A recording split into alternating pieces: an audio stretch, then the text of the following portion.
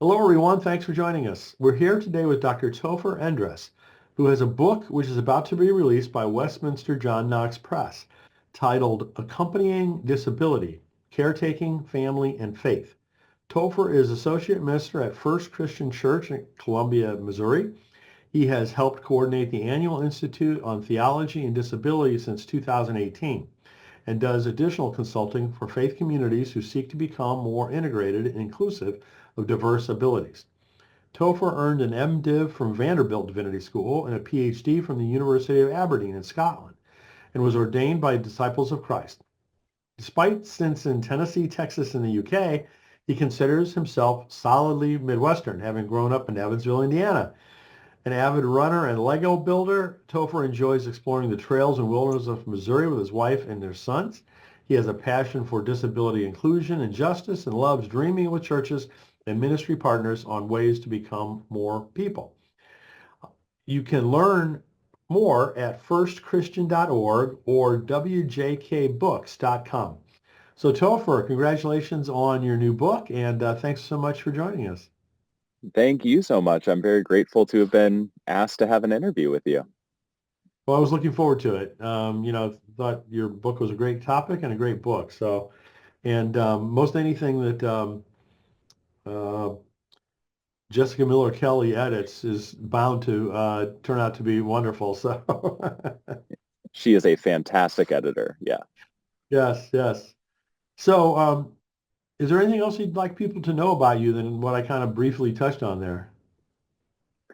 Yeah, I think it's helpful for anyone who's maybe watching this interview online, and if you are low vision or blind, physical ID. I'm a white man wearing clear glasses. I've got shaggy, dark brown hair with lots of gray in it, and a dark beard with also lots of gray in it. And I'm wearing a gray T-shirt sitting outside on my deck because it is a very lovely day here in central Missouri. Um, I've also done, in addition to some of the consulting work and ITD, the Institute on Theology and Disability, I've helped kind of launch some intentional living communities for folks with intellectual and developmental disabilities and students. And I've done some ministry work directly. So I've touched on disability, not just in the ways that I talk about in the book in terms of my family and some of the ministry work, but just in general. I have a lot of touch points with disability, which gives me hopefully a really wide angle lens that I try and bring into this work. Cool, cool. So, the Institute on Theology and Disability, can you tell us a little bit more about that? Yeah, it's a wonderful conference. I kind of think of it as this really big umbrella conference where it links together social researchers, theologians, faith leaders of all stripes of every religion and denomination, uh, general just interested parties, uh, and people with and without disabilities who fall into any and all of those categories. So you'll get theologians interested for the first time in concepts of disability, and also disabled theologians, disabled faith leaders also trying to become better allies and learn more about what this world looks like.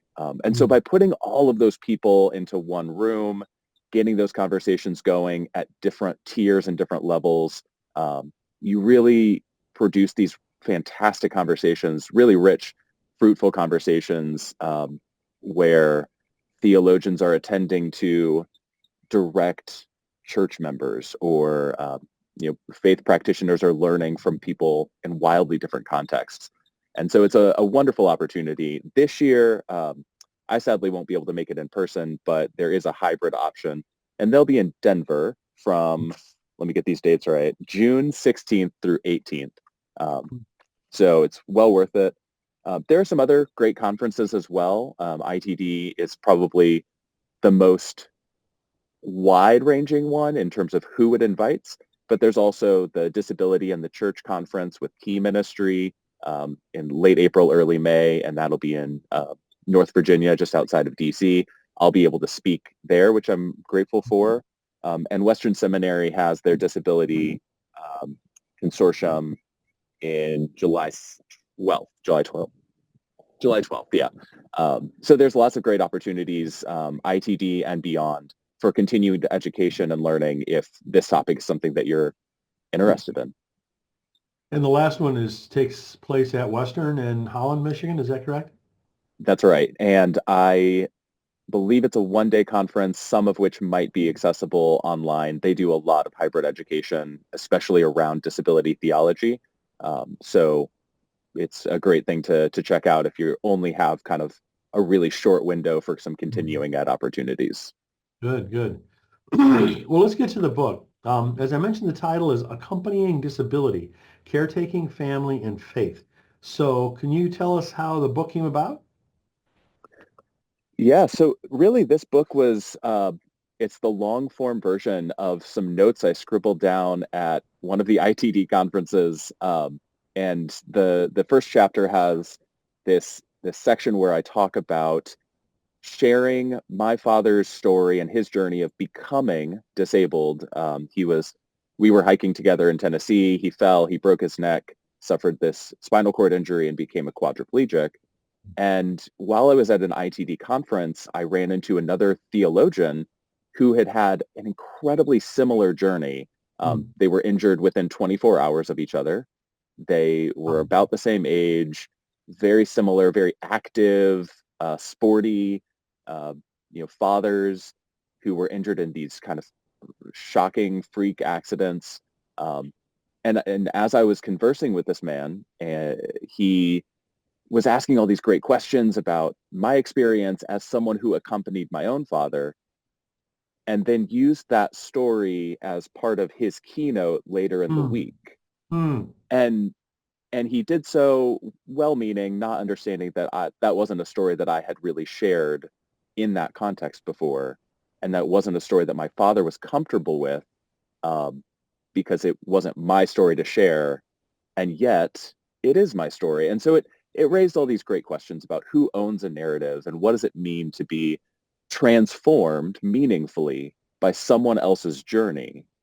And because he used that publicly, what responsibilities and roles did I have to play in safeguarding somebody else's story? So that's the Hmm. questions that germinated this novel, or this memoir, I guess.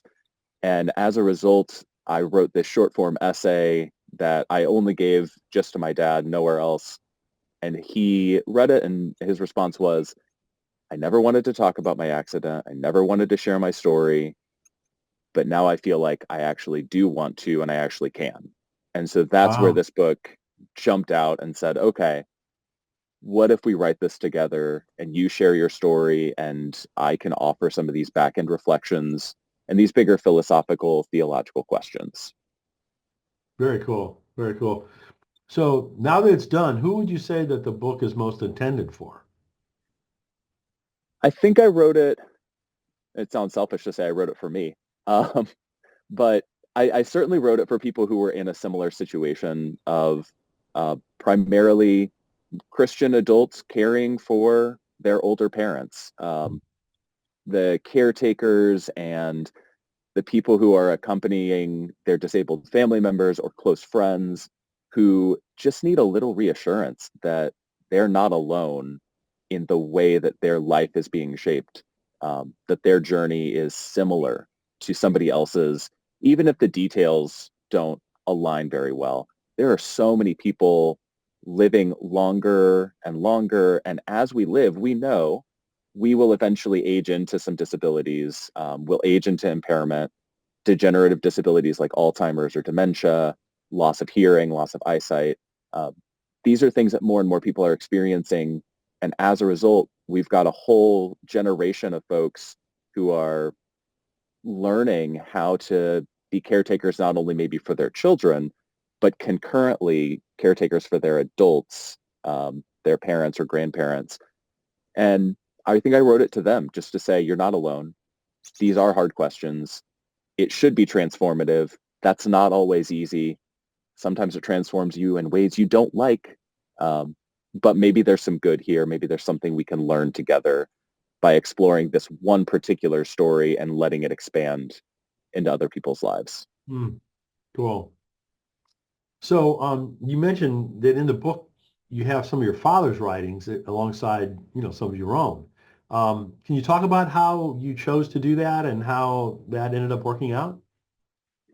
Yeah, it was a fun process. So, my parents were really invested in my education growing up. They were hands-on parents, so they are the ones who taught me how to read, how to write.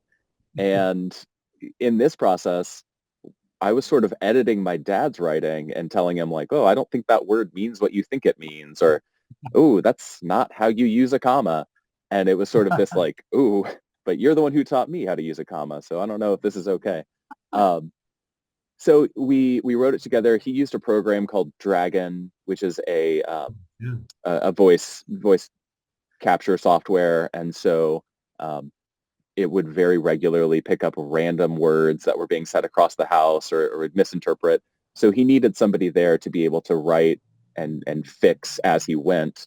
Um, it was also just this interesting process of he would say something and try and say a sentence and then say, "Ooh, I don't know that I like that," or "I don't think that's really true. Let me go back and fix that." So it was kind of it almost felt invasive at times to be that close to somebody trying to process out their own story. Um, but it was this really cool process of getting to see my father work through and try and remember and recount these things that were important to him. Um, we had initially planned on him writing out kind of all these different sections and fully writing them and editing them himself. He passed away in 2019, so we Oh, were only partly through. He had the outlines. He had most of several of these sections fully written and edited, and there were some sections that he knew what he wanted to say. He had notes, but they just weren't coming together. And so I had to kind of update those and fill them out. Some of them are shorter than I know he wanted, but I didn't want to overwrite his own sections. And my mother wrote with us in this process. She also did a lot of editing. Um, and so, it was really a family affair. And one yes. of the most important things that we did was when he was first injured, we started a caring bridge, a website where you can, kind of blog about someone's health Mhm. journey. And my dad was able to give us a lot of information directly through that. So we had this record of his Mm. thoughts in the midst of it. And that was really helpful for us all to go back and say, well, you said that about this therapist, but actually, you know, if you look back 5 years ago, whenever you were first interacting with them, here's what your thoughts were. Mm. So it was good to have those records. So did you write kind of like different sections based on what he wrote, or are they more independent from each other? They started as I'm going to write reflections on what you're writing, but because he died kind of too early in the process, we had Mm. to transition to a different style, um, and it became less about I'm going to reflect on your writings and more about I'm going to write my experience as this caretaker figure and allow your writings the space in between to kind of inform and reshape the narrative for the readers so that what they're getting is sort of these two concurrent pictures that hopefully give a really expansive and in-depth look at the relationship by allowing both sides of that relationship to speak kind of at once. Mm. So even the structure of the book, initially the writings were integrated and there would be paragraphs and reflections in the chapter itself and then split voices. And we had to transition that back out and re-separate them and say, well, this is just John's section. And so that's why you see in between every chapter, you've got my voice and then a completely separate section of Mhm. John's writings. Mm. So some of it is planned, some of it is just because you adjust based on what capabilities people have. And if they die in the middle of a book, you've got to figure out a way forward. Yeah, yeah, wow. So the book's description says it offers a compassionate, faithful model for nurturing relationships with loved ones with disabilities. Can you talk a little bit about that model? Yeah. So I think the model works in a couple of layers. The first layer is just sharing one another's stories and believing someone else's story as they share it is the first way that we can model for ourselves this compassion and allow other people's lives to influence our own. It's a layer of humility to let somebody else dictate their own life and let it transform us. Um, I think on a more practical, specific level, what I've tried to do is separate them into major categories, almost like hermeneutics or lenses that you could study your own relationships with.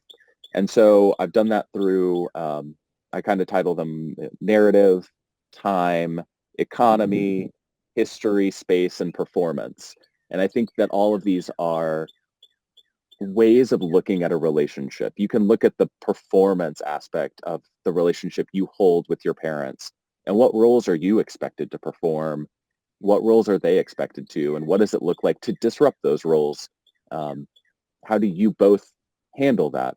And by looking at it that specifically and that lens or that hermeneutic, it allows you the freedom to kind of study it a little more in depth and to come to some of these conclusions about, oh, yeah, whenever we do change that performance aspect, whenever the people who gave me care are now receiving my care and I'm thrust into this different role that I perform, here are the ways that it's uncomfortable. And here's how we can process that together. Um, and so you can do that with all of the other kind of categories, the disruption of time and expectations, the ways that we narrate who we are and what these relationships are together.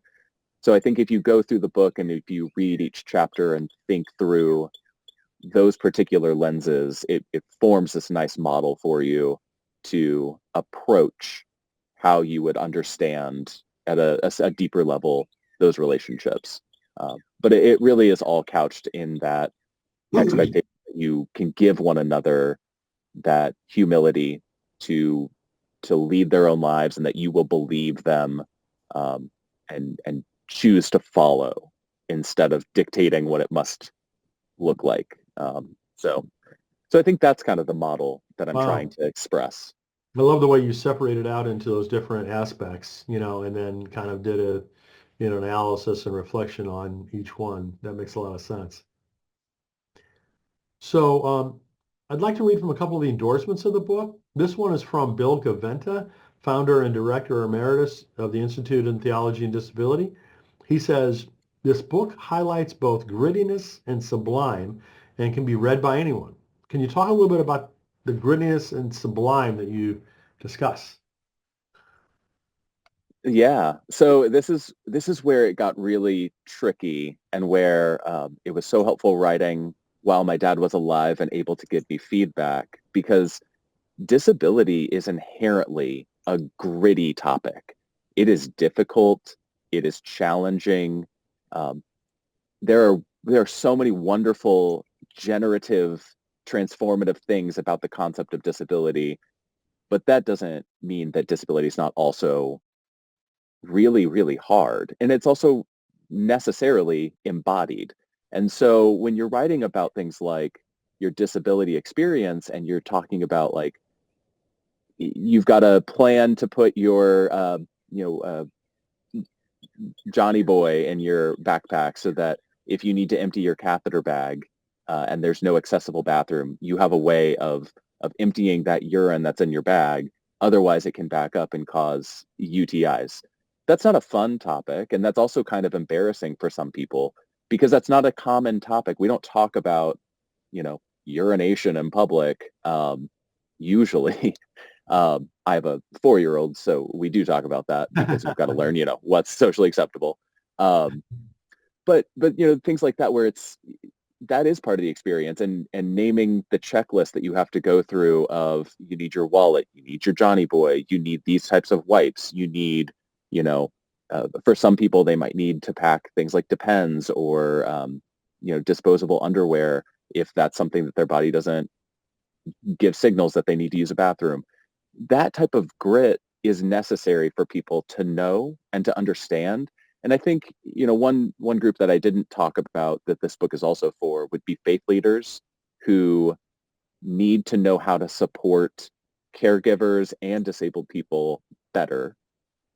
And knowing some of those details, some of those more intimate and gritty details about what the physicality of disability can look like are really helpful because otherwise they don't get named.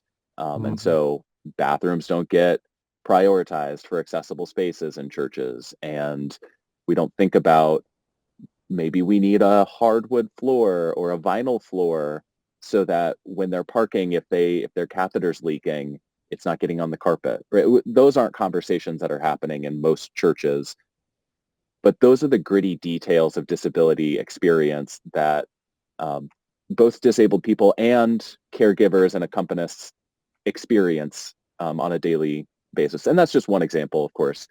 Disability is so diverse and so different case to case and person to person. So I don't profess to be able to speak to the disabled experience because that is not a thing. It's not monolithic. But I do think all of them share that embodied grittiness. Um, but the sublime aspect of it is that we're human. We're meant to be gritty, right? We're meant to have physical features and to exist in a physical world. And the materiality of the body is not just grit, but it's also beautiful. And when we can name how God is present and how the Spirit is present, even in conversations around an accessible bathroom or around, you know, emptying a catheter, those conversations, when they invoke the Spirit, can become beautiful and allow us to see that our grit and our embodied physicality is not separate from the work of God in our lives. And so I think that's what needs to be said more and more often so that we don't feel the need to hide some of those disability experiences away and not bring them in fullness in our worship and in our faith lives. Yes, yes. So here's another snippet from an endorsement. This one's from Amy E. Jacomer, author of Redefining Perfect, the interplay between theology and disability. She says, Endress introduces the term accompaniment theology as a distinct branch of disability theology. So can you tell us a little bit about the accompaniment theology? Yeah. So for context, accompaniment theology really comes out of the um, Latin American Catholic liberation stream of theology. And there is so much uh, just poignant, beautiful writings about the importance of inhabiting our bodies, inhabiting our space, and acknowledging the ways that the body of Christ is a physical body that inhabits space. And so that's a lot of the work that I've done tries to translate that sort of accompanimiento theology into a disabled context because there's so much overlap between the two. So I have a little snippet from page 132, if I can read Sure. that. I think that kind of explains what it looks like to accompany the body. And so I write, in the truly inclusive church, the bodies of those who do not move on their own, bodies like my father's, ought never be expected to bear alone the weight of an actively moving spirit. When we gather in all of our diversity, attentive to the ways that God has moved in each other's lives, we accept the potentiality for the Spirit to, in real time and among real life, accompany us in such a way as to transform our individualities, communities, and entire world as we produce space along those on the margins. Following God, the accompanists, the caregivers, the parents and siblings, the people who care deeply for a disabled person, seek a solidarity that mirrors God's willingness to die a grotesque death on the cross. God did not come to earth as a symbol of every person, but as a person with a particular set of features and connection to the political, economic, and social world that forms the boundaries of our definition of disability to begin with. And what I think that encapsulates is this mindset that um, by living life so immersed with one another, and by acknowledging that the Spirit is present in those relationships, in that grit and in the challenge and in the mundane, we begin to see that we are accompanying the true body of Christ and are accompanied by it ourselves. And so it's this reflexive relationship. We aren't doing anything uh, so outlandish and amazing by simply accompanying one another, because we're receiving just as much as we're giving. It's not a charity case. It's this relationship that is not just between you and another person, but invokes this third presence, the presence of the Spirit. And so by being in relationship, you are transformed, you are changed. It becomes your narrative and your life, uh, by virtue of connecting you back with God's body. And so we've got to remember the physical reality of Jesus, the physical death of Jesus, the physical presence of the Spirit in us and among us.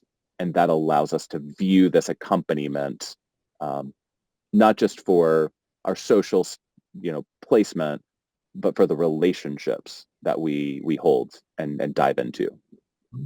That's very helpful. I mean, I hadn't thought of it myself exactly that way, so I appreciate that. So, kind of stepping back overall, what would you like readers most to take away from the book? Yeah, I think it depends on where you come into the book, and what your context is. If you're someone coming who is fairly new to the concept of disability theology, I hope that you are getting some of this sort of underlying foundational theological workings that help you to broaden your horizons and to seek out some other more explicit uh, theological interventions.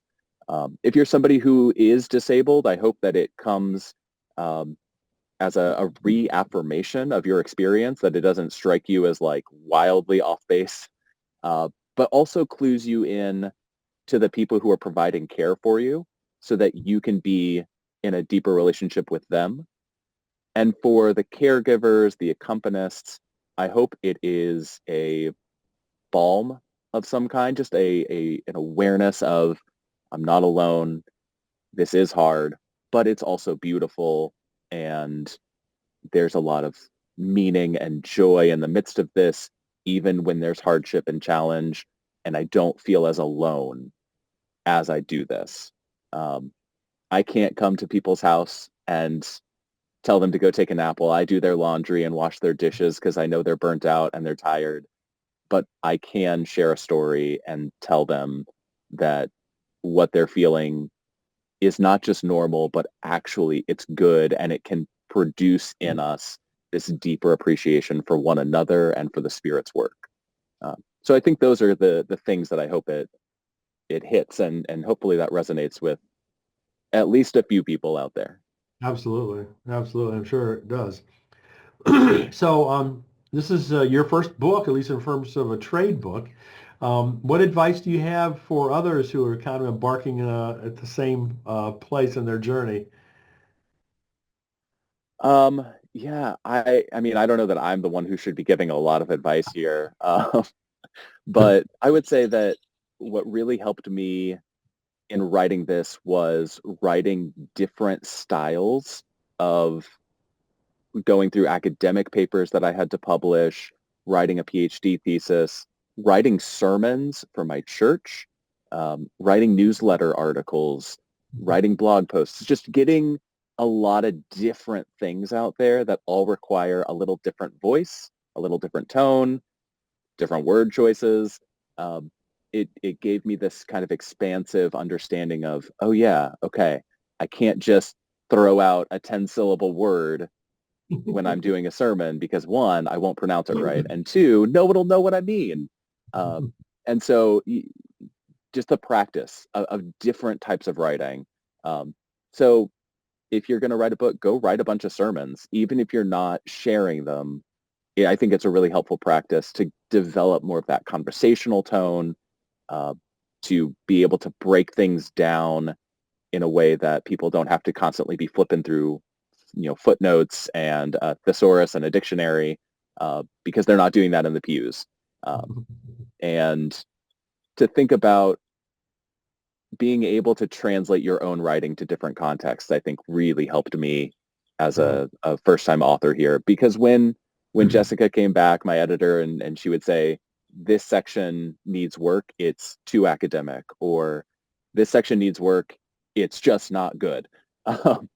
It gave me a sense of confidence that I could at least approach changing it, and that I wasn't sort of pigeonholed into one style or tone, that's all I knew.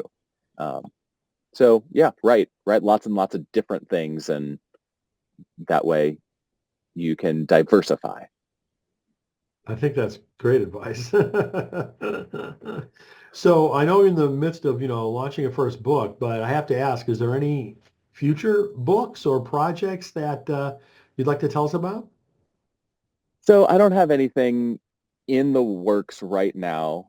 I've got two young kids and a church that I'm helping lead and this book. And so there's just a lot going on that I'm kind of waiting until this calms down before I start putting more writing out there.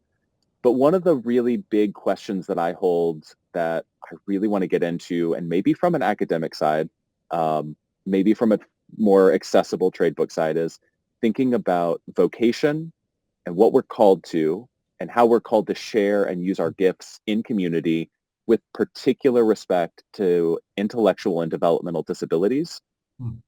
and thinking uh, particularly about disabled leadership. What does it look like to put boundaries around appropriate, healthy, responsible leadership that don't draw those lines along maybe an IQ test? How do we acknowledge and identify the gifts and fruits of the Spirit that might lead people into leadership capacities that don't look like most ministers or faith leaders have historically? I've really been impressed and challenged and blessed by my engagement with a lot of folks with intellectual and developmental disabilities, and the way that they approach, not uniformly, of course, but some of the ways that they approach these questions around who God is and what that means for us in radically different ways than uh, what I've really experienced in divinity school or in a PhD program. And I think there's something really worthwhile in that question. So I don't know exactly what it will turn into, what style of book or what style of writing, but I think that's a question I really want to sink my teeth into. The other thing is that I would like to, after this book is published, translate it into an easy read version for for folks who maybe don't process um, written word uh, at the same level as what it's written for. So the PhD thesis has some of the same theological kernels. I might publish that in the future, and then this book, and then maybe an easy read version that's really accessible, um, maybe even to children, and to allow them to deal with some of these questions at a developmentally appropriate level. Um, and that one would have pictures, which would be fun. Well, very cool. I'm glad you have so many good ideas. It'll give you plenty of runway for future projects. So, Topher, thanks so much for joining us. Many congratulations on the new book.